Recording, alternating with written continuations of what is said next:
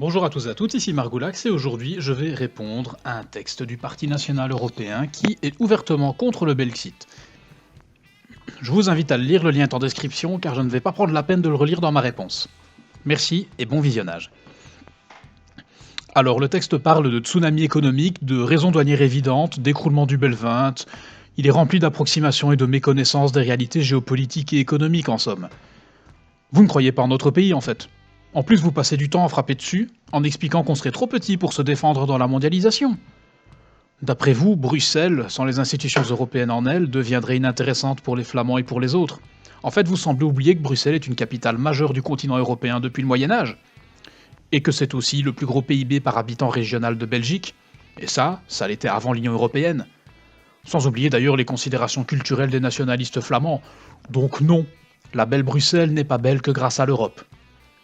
En fait, le PNE agite l'éventail des transferts de la Flandre vers la Wallonie sans expliquer qu'il rentre dans un mécanisme normal de sciences économiques.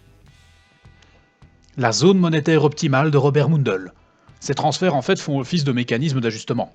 Comme nous l'avions fait avec la Flandre quand la Wallonie était la première puissance industrielle du continent, mais il est vrai qu'il faut empêcher ces transferts et redresser la Wallonie qui est tombée à cause des délocalisations et des rachats de pans entiers de nos industries par des étrangers.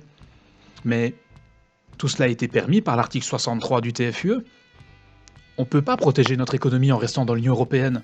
Mais ça, évidemment, vous n'en parlez pas, au pire, vous ne le savez pas.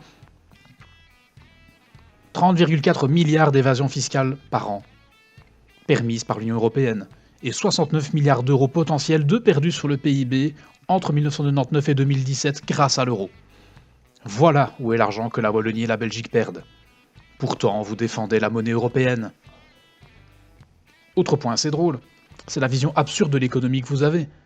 En sortant de l'Union européenne, la Belgique devrait produire à nouveau des voitures, des chemises, des cravates, des goûters pour les enfants. Le Japon n'a pas de marché commun avec les États-Unis, pourtant ils ont des Twix, du Coca et des McDonald's, il me semble. Nous ne sommes pas non plus dans la même zone commerciale que les Chinois, et nous avons leurs électroniques et leurs vêtements. En fait, un État qui produit des poils, des voitures et toute la nourriture et qui n'a pas besoin d'apporter, il y en a eu deux dans l'histoire. Ça s'appelle l'URSS et la Corée du Nord. En fait, factuellement, vous avez une vision soviétique de l'économie. Or, il faut changer l'Europe, vous dites. Et lui préférer une Europe de la subsidiarité. Théoriquement, pourquoi pas, mais ça n'arrivera jamais. Les pays de l'Est bénéficient de l'Union européenne telle qu'elle est grâce aux énormes transferts de fonds qu'ils ont, et les Allemands eux aussi bénéficient de l'Union européenne. Alors pourquoi est-ce qu'on voudrait la changer ? Sachant qu'il faut l'unanimité des États membres pour changer ne serait-ce qu'une virgule aux traités européens, c'est l'article 48 du traité de l'Union européenne, le tue, mais ça, évidemment, vous n'en parlez pas. Ou pire, vous ne le savez pas. Le plus drôle, en fait, c'est que vous dites que l'Europe c'est la paix, que la Wallonie bénéficie de l'Europe, et que l'Europe c'est en fait faire le poids face aux géants de la mondialisation. Alors, premièrement, la paix est assurée par la dissuasion nucléaire, le vieillissement de la population et le déplacement des conflits armés au Moyen-Orient. Rien d'autre. Historiquement, un accord commercial n'a jamais apporté la paix sans du politique à côté.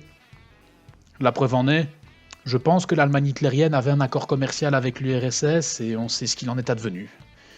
Et sur le fait que la Wallonie bénéficie de l'Union européenne, en fait, c'est mal connaître les dossiers. Nous perdons 400 millions d'euros par an quand on regarde la différence entre ce que nous donne l'Union européenne et ce que nous lui versons. Et honnêtement, la rhétorique de faire le poids, vraiment, on s'est fait racheter nos industries, on se fait démanteler nos services publics, et même nos ouvriers qualifiés perdent leur boulot avec le travail détaché. De plus, on suit constamment les Américains en termes de politique étrangère, et nous sommes les caniches de l'Allemagne à cause de l'euro. C'est en sortant qu'on fera le poids, pas l'inverse. Vous ne connaissez pas les réalités de notre monde. Nous ne sommes plus en 1930 ni en 1950, sortir de l'euro c'est pas tuer l'économie. La Belgique a même la capacité d'avoir une monnaie plus forte que l'euro lui-même. D'ailleurs, énième faute de votre part, vous défendez cette monnaie qui crée du chômage en maintenant un taux d'inflation trop bas, comme l'explique la courbe de Phillips.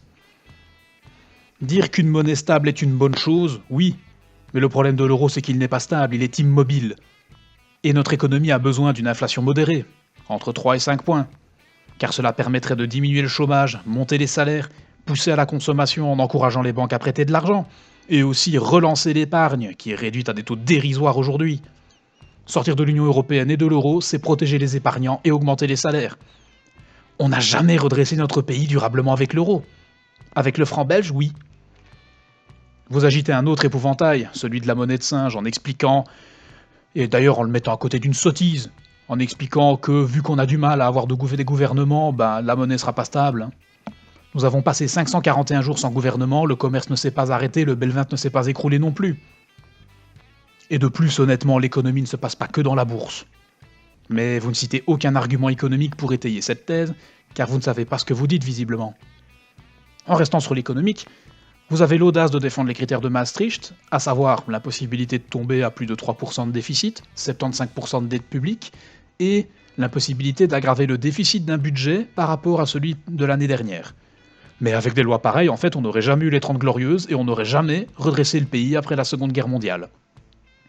Ces mêmes critères d'austérité budgétaire sont tellement stupides que même la Commission européenne propose leur annulation dans le cadre de la crise du Covid-19. Car, sous prétexte de bonne gestion, ce qui peut paraître très bien, ces critères nous empêchent d'investir dans l'économie quand nous en avons besoin. Vous dites que la région wallonne a besoin de la recherche et du développement pour se relancer, et c'est exact, mais vous défendez les critères de Maastricht d'un côté aussi. Et comment on fait pour relancer une économie si on peut pas s'endetter convenablement, avec de la bonne dette ?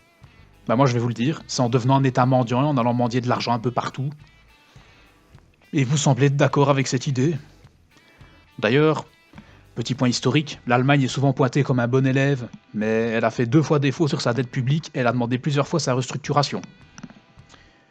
Vous expliquez dans le texte que les contextes agricoles et économiques ne sont pas les mêmes en fonction des pays européens. C'est bien, mais allez au bout du raisonnement. Si on n'a pas la même économie, pourquoi devrions-nous avoir la même monnaie ? Vous expliquez que les délocalisations vont nous tomber dessus si on sort de l'Union européenne. Mais c'est aujourd'hui qu'on délocalise. En plus, les emplois sont à 80% créés par des TPE-PME, et la majorité de leurs clients se concentrent sur le territoire belge. Donc, elles ne vont pas délocaliser pour des raisons fiscales, comme vous dites.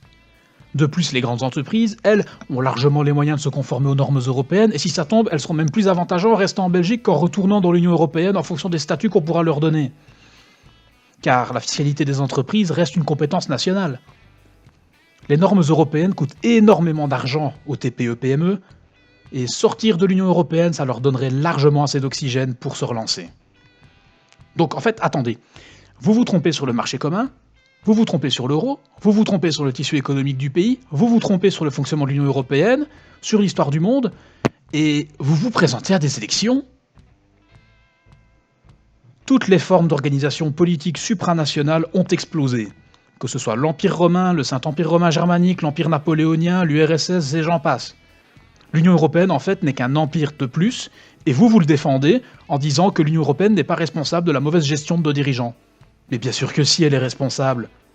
L'article 121 du traité de fonctionnement de l'Union européenne stipule que c'est la Commission qui oriente les grandes organisations de politiques économiques. Ça a donné quoi ? C'est très simple, ça a donné la diminution des moyens dans les services publics, le tax shift, le projet de privatisation de l'aéroport de Liège, la dégressivité des allocations chômage, le saut d'index, et j'en passe. Mais ça, vous n'en parlez pas. Ou pire en fait, vous ne le savez pas. Pour être un État, il faut faire et rendre la justice. On l'a donné à la Cour de justice de l'Union européenne, décider qui rentre ou sort du territoire. Ça passe par les accords de Schengen maintenant, cette histoire. En plus, mêmes accords de Schengen que vous défendez dans votre texte en disant qu'ils sont une bonne chose. Puis après, vous faites même un rétropédalage à l'intérieur de ce même texte pour dire que l'Europe ne gère pas bien les frontières. Faudra peut-être aviser d'être plus clair la prochaine fois. Et dernière prérogative de l'État, il faut savoir battre monnaie. Et ça, on l'a donné à la Banque Centrale Européenne. La Belgique n'est plus un État, elle est devenue une région, et vous semblez vous en réjouir.